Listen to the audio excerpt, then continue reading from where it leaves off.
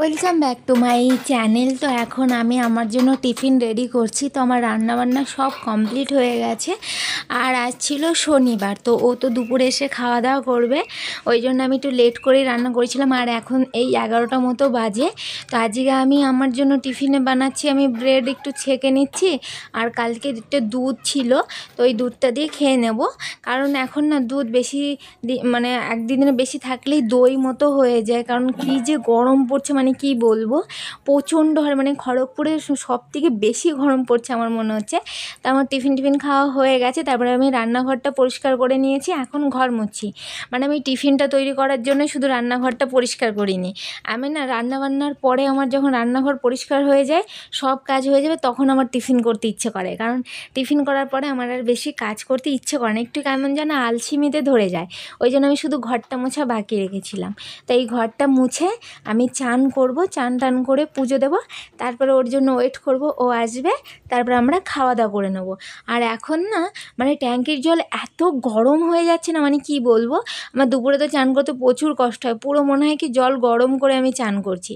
আর আমি ভাতটা তখন বসাই না, আমি ভাতটা লাস্টের দিকেই বসাই। আর ওই থালা বাসন ধোয়ার ওই বাটি সাবানটা না শেষ হয়ে গেছে, সাইড দিয়ে লেগেছিলো, ওটাকেই ভালো করে একদম কুড়ে নিয়ে নিলাম, যাতে নতুন সাবানটা কালকে বার করব। আর এই গ্লাসগুলো কালকে আমি ধুয়ে রেখেছিলাম, তো ওটাই এখন এই খাবার টেবিলে রেখে দিচ্ছি। ওইদিকে আমার ভাতটা হতে থাক, আমি চলে যাই চান করতে। কারণ আমার ভাতটা না খুব আগে করে নিলে প্রচুর ঠান্ডা হয়ে গেলে আমার অতটা ভালো লাগে না। তো আমার এদিকে পুজো টুজো দেওয়া হয়ে গেছে, একটু পাঁপড় ভাজা করলাম, আর করছি একটু ডালের বড়া। তো শনিবারে হলো আমাদের নিরামিষ। তো কি কি রান্না করেছি ওটাও তোমাদেরকে দেখাবো। দেখো গরম গরম ডালের বড়া।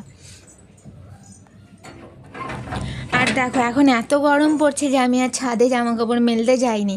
আমি এই খানিকটা আগে এখানটাতে জামা কাপড়গুলো এরকম করে ভাঁজ করে রেখে দিয়েছি, তবুও দেখবো বিকালবেলা শুকিয়ে গেছে। আমি দিলাম এই 12:30টা নাগাদ, এখানেই দিয়ে দিয়েছি এই ব্যালকনিতে, এখানে পোছা টোছা ধুয়ে এখানে মেলে দিয়েছি। তো চলো এখন আমি পুজো দিয়ে নিই।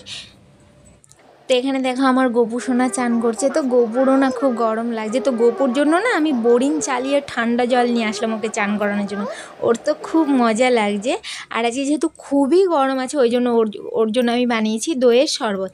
তো ও হলো দইয়ের শরবত খেয়ে একটু ঠান্ডা ঠান্ডা ফিল করবে, ওর ভালো লাগবে। আর এই মাটির বোতলটাতে আমি গোপুর জন্য জল রাখি, খুব ঠান্ডা থাকে জানো না, প্রচুর ঠান্ডা থাকে। তাই যে দেখো আমার পুজো টুজো দেওয়া কমপ্লিট হয়ে গেছে। তো ও চলে এসছে, ও ফ্রেশ হচ্ছে। তা এখন আমি চলো তোমাদেরকে দেখিয়ে দিই আমি কী কী রান্না করেছি। আর খাবারগুলো ওই ঘরে নিয়ে যাই, এখন আমরা খাওয়া দাওয়া করবো। আমার তো প্রচুর খিদে পেয়ে গেছিলো, কারণ ও আস্তে আস্তে ওর 2টো হয়ে গেছিলো। তো আজকে অনেক কিছু রান্না করেছি, তো যেহেতু নিরামিষ, ওর একটু নিরামিষ খেতে কষ্ট হয়, ওই জন্য আমি একটুখানি বেশি রান্না হয়েছে। দেখো এখানে পাঁপড় করেছি, এখানে টমেটো চাটনি করেছি, এখানে ডাল করেছি, এখানে ডালের বড়া, একটা সবজি করেছি, উচ্ছে ভাজা করেছি, আর আলু গাজর ভাজা। ওর ডালের সঙ্গে আলু গাজর টাজর ভাজা থাকলে ভালো হয়। আর দেখো এখানে ও আমার জন্য এতগুলো হজমোলার প্যাকেট নিয়ে এসছে। তো আমার না হজমোলা খেতে ভালো লাগে, তো ডাব্বা পাচ্ছে না, কদিন ধরে খোঁজ করছিল, তো প্যাকেট নিয়ে এসছে। তো আমার এই ছোটো ডাব্বাটা ছিল, আমি প্যাকেটগুলো কেটে ডাব্বার মধ্যে ভরে রাখবো, তাই ওই ডাব্বার মধ্যে ভরে রাখছি।